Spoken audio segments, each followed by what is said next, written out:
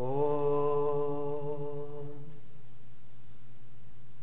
Vasudeva Sutam Deva Kamsajanuramaddanam Devaki Paramanandam Krishnam Vande Jagadguru Asato Ma Sadgamaya Tamaso Ma Jyotirgamaya Mrityoramamritangamaya Om Shanti Shanti Shanti. Let us offer our salutations to Lord Krishna, the embodiment of bliss, the Supreme God incarnate, who came to establish universal religion, who came to punish the wicked and uphold dharma. Let us pray to him to lead us from the unreal to the real, to lead us from the darkness of ignorance to the light of knowledge, to lead us from death to immortality. We have just concluded chapter 4, Path of Wisdom. Today I am starting chapter 5, Karma Sannyasa Yoga, the yoga of renunciation. Arjuna said, Sannyasam karmanam Krishna punar yogancha shamsasi yachreya etayorekam tanme bruhi sunishchitam. O Krishna, you praise renunciation of action and also the right performance of action. That is, one is karma sannyas, the other one karma yoga. Of the two, which one is the better? Tell me decisively. I am a little confused about which yoga I should practice. Because Lord Krishna is appreciating both the yogas. For example, in chapter 4, Lord Krishna said to Arjuna, Yathedhamsi samidhogna paspasat kurute Arjuna Jnanagni sarvakarmani paspasat kurute tatha. As blazing fire burns firewood to ashes, similarly the fire of wisdom burns up all fruits of actions. So he is extolling the path of wisdom. Again, in verse number 41 he says, Yoga sanyasta karmanam jnana sanchinna samshayam atmantanna karmani nibaddhanti dhananjaya. O Arjuna, who has renounced the fruits of his action, whose doubts are expelled by divine knowledge, and who is poised to the Atman, is not bound by any work. Again,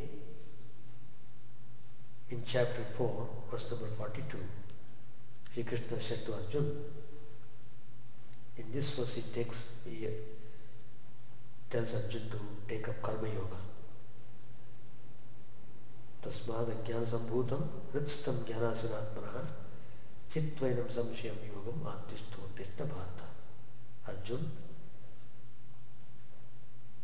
with the sword of wisdom, cleave asunder this doubt about the self, born of ignorance, dwelling in our heart. Take refuge in yoga, arise. That is, be ready to start fight. So these statements created a kind of doubt or confusion in Arjuna's mind. And he frankly puts it before the master. Shri Krishna has spoken of Sankhya and Yoga of Jnana and Karma of knowledge and work. And between the two, Arjuna sees an insuperable contradiction.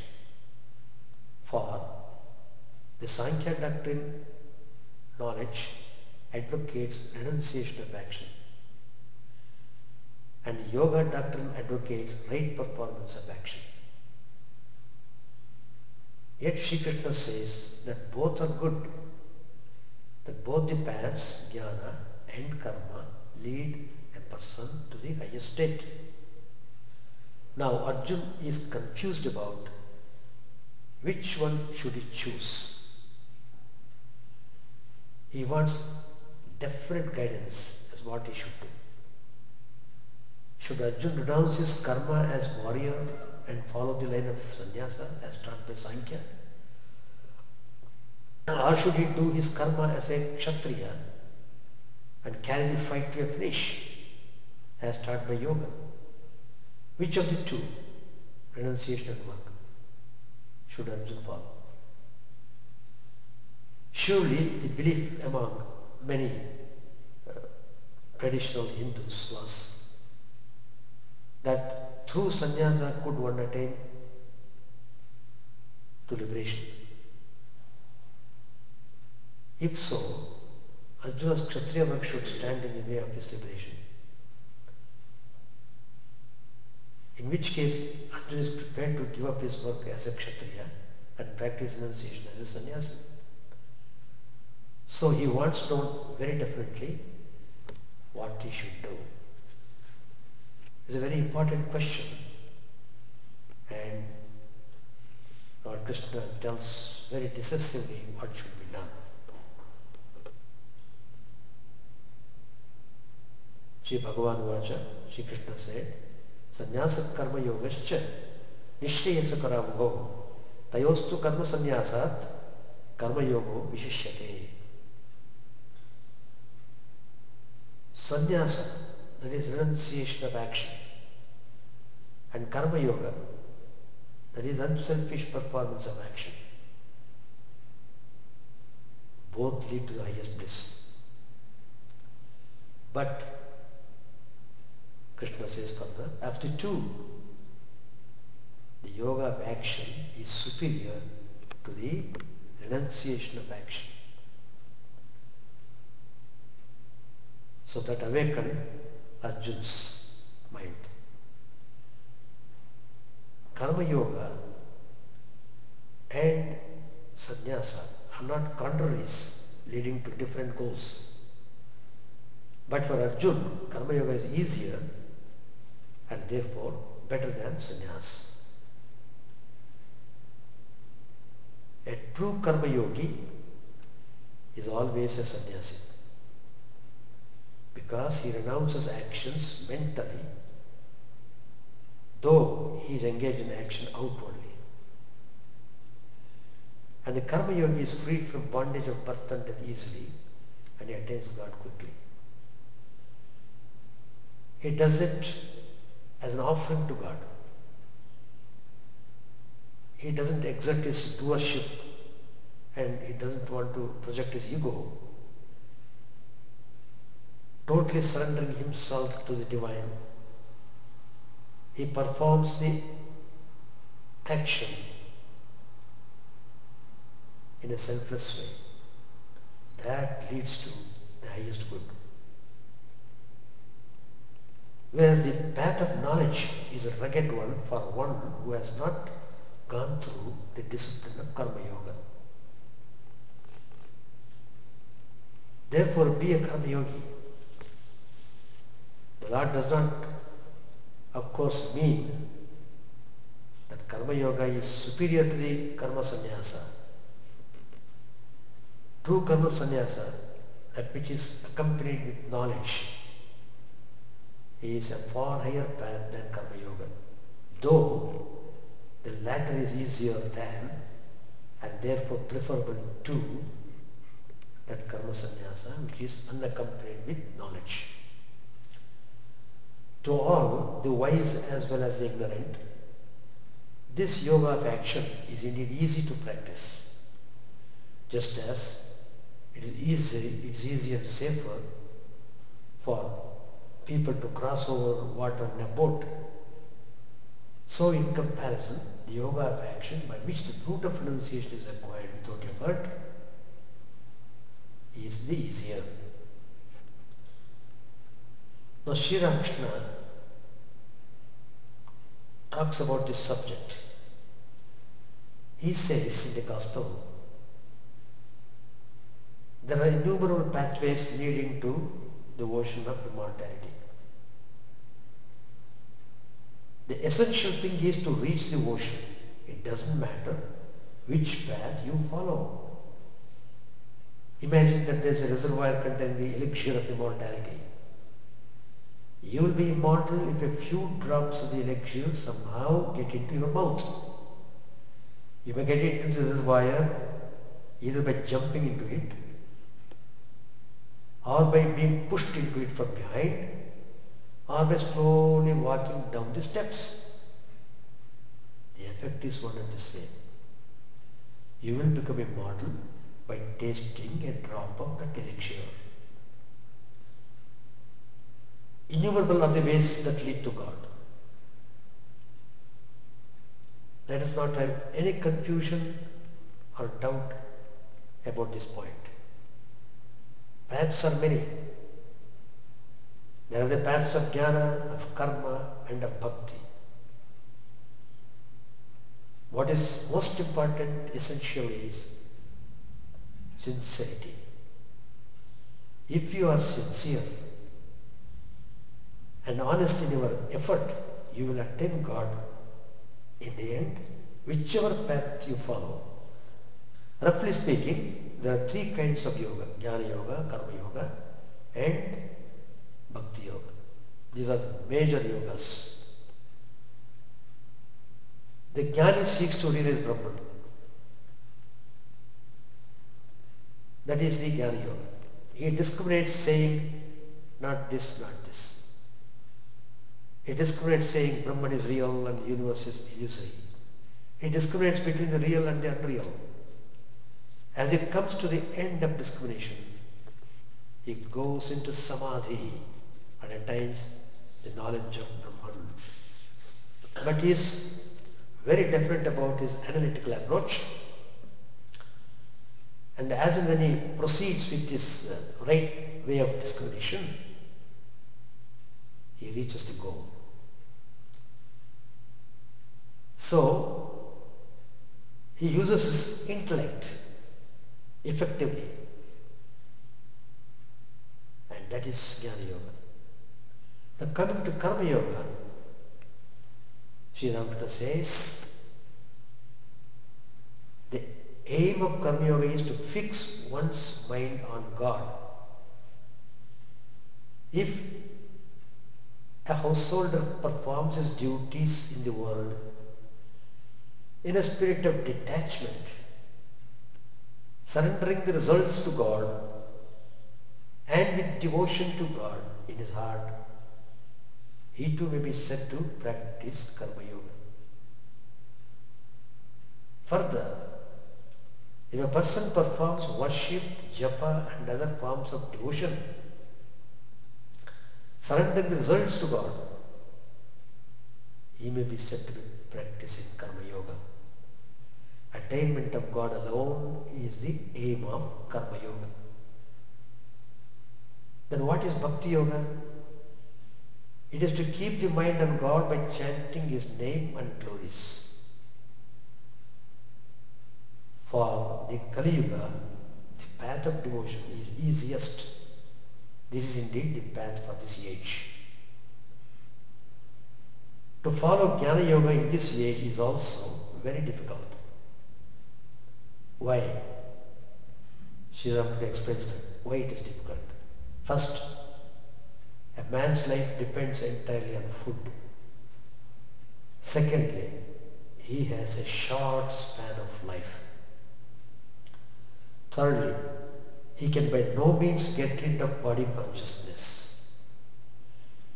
And the knowledge of Brahman is impossible without the destruction of body consciousness. The Jnani says, I am Brahman, mass me. I am not the body. I am beyond hunger and thirst, disease and grief, birth and death, pleasure and pain. He constantly meditates on these ideas. How can you be a jnani if you are conscious of disease, grief, pain, pleasure and the like? A thorn enters your flesh, blood flow from the wound, and you suffer very badly from the pain. But nevertheless, if you are a jnani, you must be able to say, why? There is no thorn in my flesh at all. Nothing is the matter with me. That is, from the point of view of his firm conviction about the Atman, he may negate any wound in the body. But is it such an easy thing? It's terribly difficult. Jnayasya nitya sannyasi yo natveshti nakamkshati nitvando hi mahabhaho sukham panthat pramuchyate. Who is called perpetual sannyasi? Lord Krishna says, he who neither hates nor desires, for free from the pace of opposites, he is easily set free from bondage. A person does not become a sannyasin by merely giving up actions due to laziness, ignorance, some family quarrel or calamity or unemployment. One devotee used to say in Bangalore, very good devotee, and one day he came and smiling loudly, Swamiji, from today I become Vanapasti. He is putting a big label. Why, what happened? I am retired. So he thinks he has no employment, he is retired, he has become Vanapasti. Vanapasti has got so many qualifications to undergo. He must develop vairagya in his heart, his passion. So, simply being idle, you can't call him a sannyasi. In fact, a sannyasin is very active all the time. Some of the disciples of Sri Ramakrishna used to say, we work to the last breath. Last breath. It is so. We have seen many Swamis in Lemont.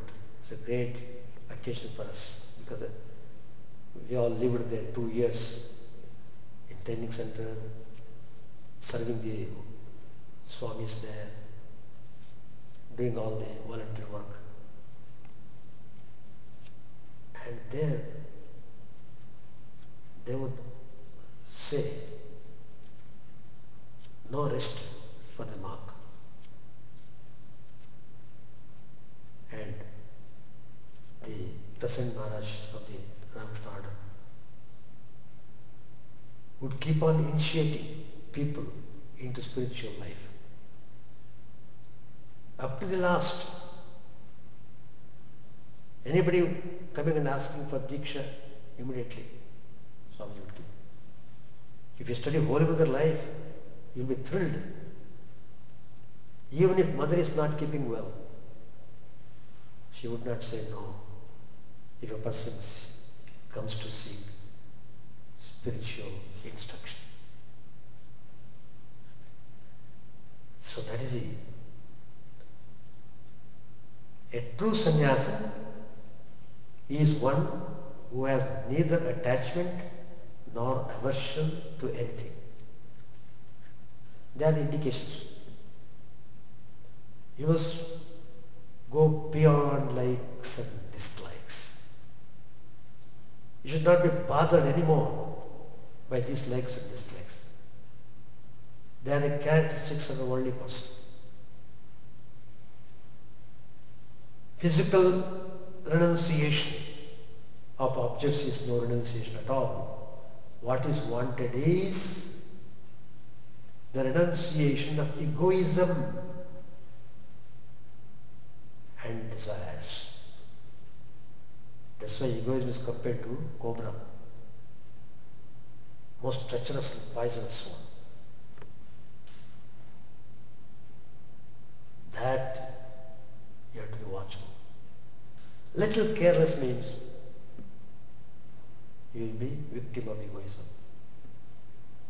Spiritual egoism is more dangerous than the ordinary one. Only type of egoism we can understand. We can forgive also. But a person who is spiritually egoistic, no forgiving for such people. So, next point is dvandvas. Nidvandvavahi. Pair of opposites. That is the pleasure and pain, heat and cold, etc.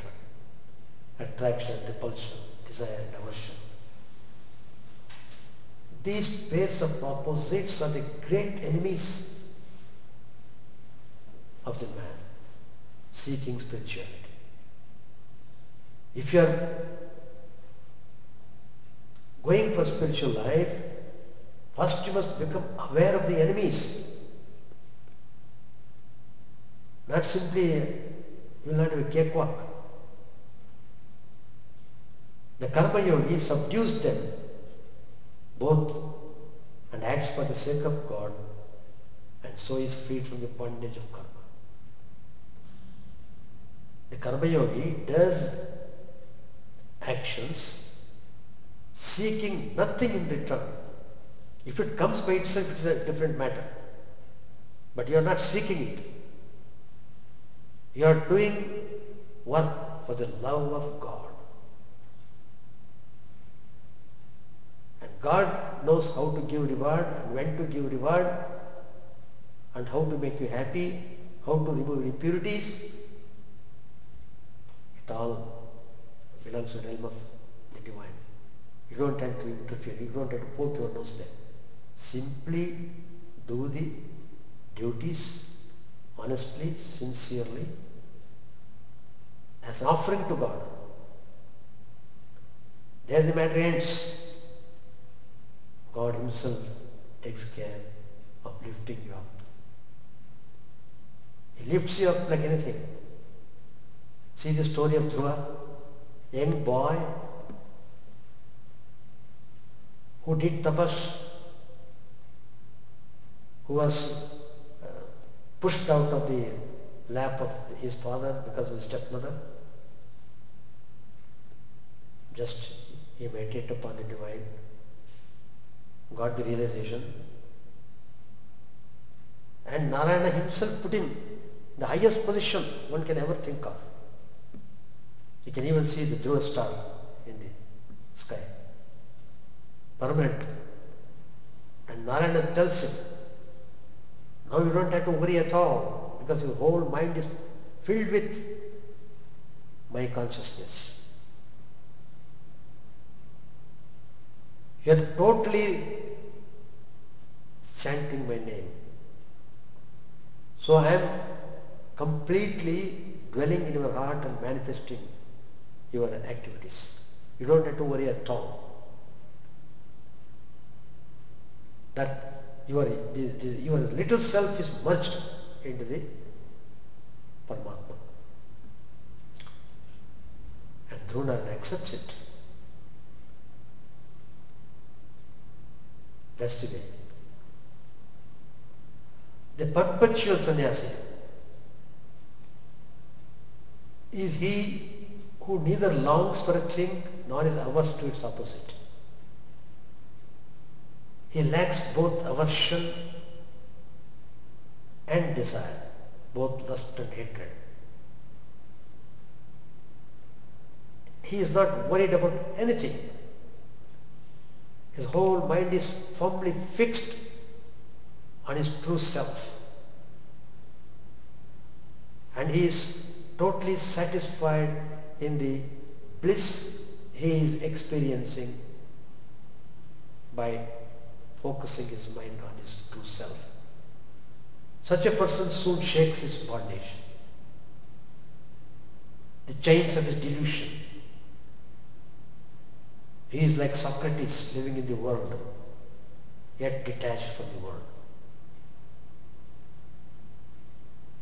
And there are many saints and sages who have lived like Nitya Sannyasi, perpetual sannyasis, who desire nothing and who fear nothing, totally experiencing the glory of the divine. There are many, many life stories depicting this quality of the Brahmajnani. To give one example, I don't know whether some of you, I don't know whether you have heard of his name or not, but he's a very famous saint. His name is Sadashiva Brahmendra. A very great musician. He has composed several thousands of songs. A great jnani. Typical example of Nitya Sannyasi. Like most of the other saints or jnanis, Sadashiva Brahmendra also shunned even the least comforts of the world. Maya or illusion only confronted with defeat, as it could not even reach out to his shadow. What type of life he led? In those days, the monks and sages would prefer wandering life, totally depending on the divine. So he led a wandering life, shunning even the least bit of comfort for his body, and lived on the alms that he obtained through begging. Though remaining silent, he composed a good load of kirtans in praise of God. Though his life was generally wound with awe-inspiring miracles, they were performed at the need of the occasions and not for any personal gains or recognition.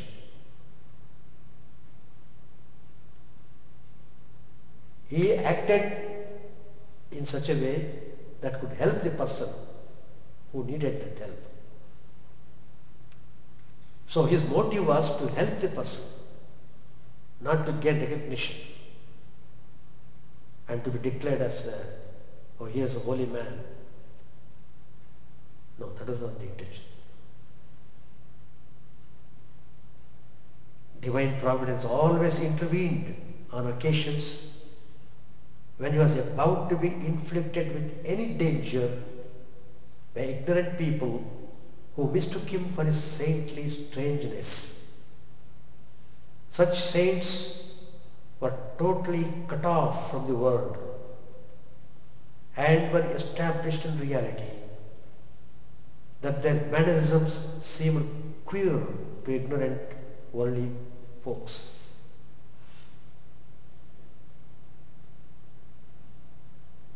There is an instance, Sadashiva. He was once relaxing near a heap of grains, just relaxing. Suddenly he got into a meditative mood. So he lost himself in deep meditation, totally unaware of what is going on outside. The farmer who owned the grains, he came and he was shocked to see this man sitting there near the grains. So he mistook him for a thief. He does not know he is a great saint. So he raised his stick to strike Sadashiva, to give a beating. But what happened? He became a lifeless statue, that farmer, with a raised stick, until daybreak, when Sadashiva came out of his meditation. And Sadashiva, when he became conscious of the outer world, he saw the statue in front of him, with raised hand, not moving. He smiled at him. He smiled at him with infinite compassion, not any hatred or anger, no. The farmer, with his restored life, fell at the feet of the master and asked for forgiveness. Then in the course of his wandering, Sadashiva was proceeded to Tirunelveli, it is in Tamil Nadu. A few people were loading bundles of wooden sticks. So they saw this Sadashiva Brahman walking there, and these few people who were loading, they were looking like gundas. So, let alone requesting him, they ordered him to give them a hand, and addressing him as a stick, in slang word they used. Sadashiva, in whom even the trace of pride was evacuated, simply obliged to their words. When he was about to take leave,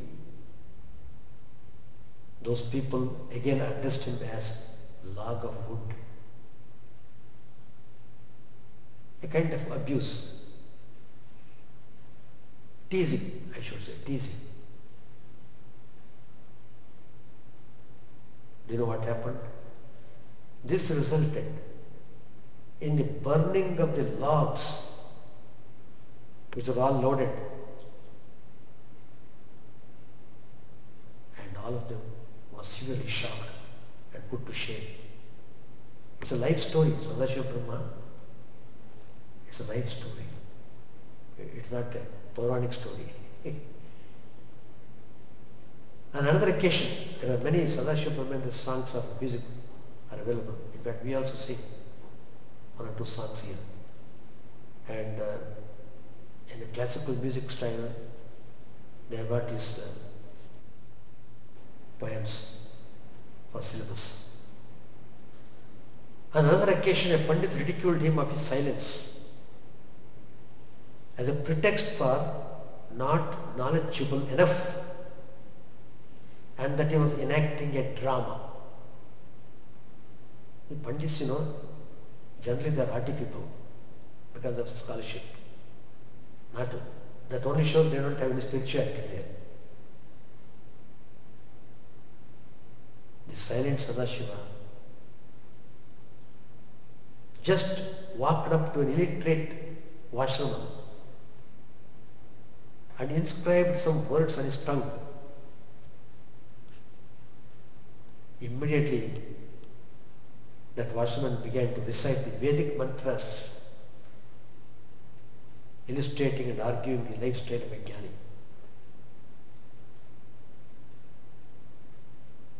Saints or Mahatmas existed for the welfare of the world at large. Their lives are marked with numerous occurrences of miraculously coming to the help of the suffering. Of course, Sadashiva Brahmananda's life is full of incidents, because he is bent upon doing help to anybody that needs. Once it so happened, a bride collapsed dead on the wedding platform because poisonous snake, she was bitten by a poisonous snake. Luckily, Sadashiva Brahmendra appeared there and recharged her dead body with life. So, these are the examples of Nitya Sannyasi, perpetual sannyasis. Beyond likes and dislikes, na dveshti, na kankshati. They never hate anyone. They love everyone. They only know one word, to love. Let it be anybody. All their actions are only manifesting love.